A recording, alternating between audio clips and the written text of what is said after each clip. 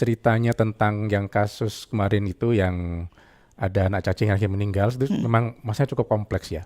Tapi nanti dari sisi mental health-nya nanti Dr. Hervita. Cuman kalau yang dari saya sendiri, saya menyoroti adalah bagaimana tanggung jawab sosial nih, ya kan? Karena sebetulnya kalau lihat ceritanya, kebetulan kami kemarin kami meminta teman-teman tim untuk turun ke lapangan ya. Jadi sebetulnya ini kan kedua orang tuanya ini itu bermasalah. Satunya mungkin ada gangguan mental, satunya lagi ini ibunya TBC. Nah, harusnya orang-orang seperti ini itu memang menjadi kelompok-kelompok yang harus diperhatikan oleh masyarakat bahkan oleh Pemdanya. Jadi jangan biarkan orang-orang ini mereka ngurusin sendiri gitu, karena pasti belum lagi ditambah dia miskin, ya kan? Sehingga akses mereka ya untuk bisa mendapatkan pendapatan itu sudah berkurang. Apalagi kalau Mbak Esi tahu ya, orang-orang yang kena TBC itu kan mereka nggak bisa bekerja, ya, gitu kan? Karena stigmanya juga luar biasa. Luar biasa. Jadi mereka itu akan susah nih. Nah, sehingga yang saya sayangkan adalah kenapa kok sampai ketahuannya itu sudah di akhir gitu sudah kan? Terlambat sebenarnya. Sudah terlambat ya. gitu kan? Nah, jadi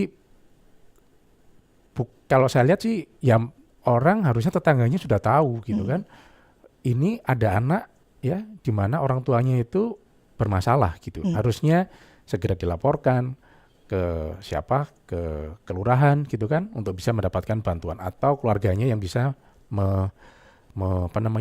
bahasa Jawanya ngopeni gitu kan, ngopeni anak ini. Karena kalau sampai dilihat di situ ada masalah cacing yang sedemikian banyak, itu pasti kejadiannya nggak cuma sehari 2 hari, itu nggak instan ya, pasti lama gitu kan. Betul. Kemudian kalau dilihat lagi ternyata kalau lihat ceritanya meninggalnya bukan karena cacingnya tetapi karena infeksi pneumonia atau paru-parunya akhirnya menjalar ke otak. Ya mungkin ketularan dari ibunya karena ibunya kan TBC. Jadi cukup panjang begitu.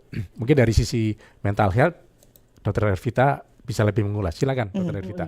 Baik, terima kasih banyak Dr. Imran. Saya lanjutkan aja Mbak Esti. Silakan. Jadi memang setuju sekali yang tadi dibahas oleh Bu Dinda, baik kasus pertama maupun kasus kedua. Dr. Imran, terima kasih banyak. Itu menunjukkan ya masalah kesehatan jiwa masyarakat kita ya, yang isinya adalah kepekaan dan kepedulian juga. Nah, kalau berangkat dari kasus ini, saya ingin menggarisbawahi bahwa tadi kita udah lihat determinannya ya. Mungkin kalau kasus yang pertama maupun kedua, meskipun nggak tahu datanya secara rinci, tapi yang jelas ada isu keuangan, dalam hal ini kemiskinan. Lalu kemudian yang kedua adalah mungkin ada pendidikan yang rendah, sehingga terus kemudian akhirnya menyebabkan gangguan jiwa. Ketika seseorang mengalami gangguan jiwa, terlepas saya tidak tahu gangguan jiwa ini terjadi sebelum mereka menikah atau sesudah mereka menikah, sebelum mereka punya anak atau sesudah mereka punya anak gitu ya. Apapun itu fasenya, yang disebut sebagai gangguan jiwa adalah sebuah kondisi yang menyebabkan seseorang mengalami disfungsi.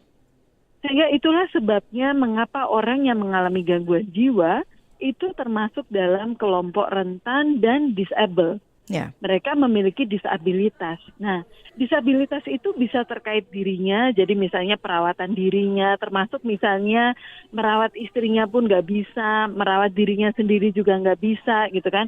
Membutuhkan bantuan orang lain, gitu. Namanya juga disabilitas. Atau ada alat bantu untuk membuat mereka bisa berfungsi. Nah, sehingga ini yang saya setuju yang tadi Dr. Imran sampaikan.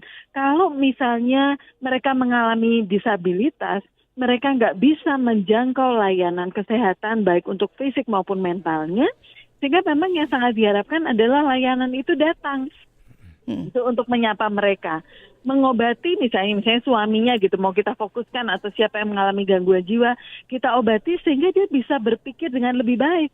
Termasuk ibu yang kasus kedua yang tadi diangkat Bu Dinda.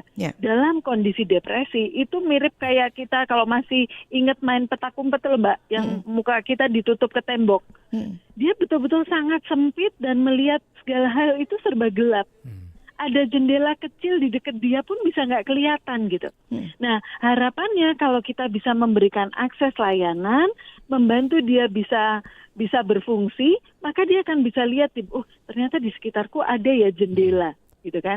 Sehingga dia kemudian akan bisa minta pertolongan. Tapi ya itu tadi, karena sedang melihat semuanya serba gelap, nggak ada jalan keluar, maka merasa bahwa pilihan terbaik terakhir adalah menyudahi semuanya.